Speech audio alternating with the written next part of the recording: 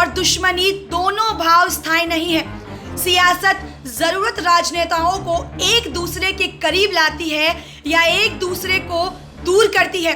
किसी ने ये कभी सोचा नहीं होगा कि महादलित समाज से आने वाले जीतन राम मांझी के हाथों में कभी बिहार की कमान आएगी, लेकिन ये हकीकत बना।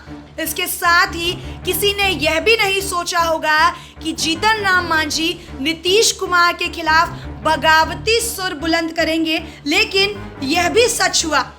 किसी ने यह भी नहीं सोचा होगा कि जीतन राम मांझी एक बार फिर नीतीश कुमार की नाव पर सवार होंगे, लेकिन यह तस्वीर भी अब सामने आ चुकी है। सवाल यह है कि जीतन राम मांझी के इस फैसले से किसे कितना फायदा होगा। फायदा किसे होगा, इससे पहले ये समझना जरूरी है कि आरजेडी को इससे कितना नुकसान हो सकता है। दरअसल महागठबंधन में आरजेडी सबसे बड़ी पार्टी है।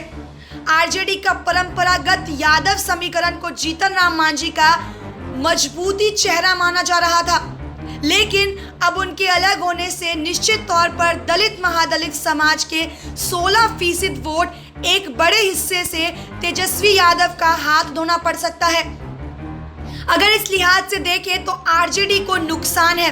जीतन राम मांझी मुसहर समाज से आते हैं और इस समाज का वोट में हिस्सेदार करीब 5.5% है। रामविलास पासवान इस वक्त पहले से ही एनडीए में है और इसके साथ ही मांझी के अलग रास्ते चुनने से महागठबंधन को करीब 5.5% और वोटों का सीधा सीधा नुकसान होता दिख रहा है। इसके अलावा महादलित कैटेगरी से आने वाले मांझी के चेहरे पर मिलने वाले वोट भी महागठबंधन से छिटक सकता है। अनुसूचित जाति के लिए बिहार विधानसभा कुल में 38 सीटें आरक्षित हैं। 2015 में राष्ट्रीय जनता दल को सबसे ज्यादा 14 अनुसूचित जाति की सीट पर जीत हासिल हुई थी। जेडीयू को 10, कांग्रेस को 5 और बीजेपी को 5 और बाकी 4 सीटें अन्य को मिली थी। इसमें 13 सीटें रविदास समुदाय के नेता जीते थे, जबकि 11 पर पासवान समुदाय से आने वाले नेताओं ने कब्जा जमाया था।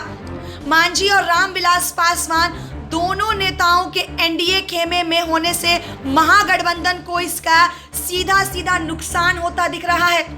SPN 9 न्यूज रूम से शालिनी झा की रिपोर्ट।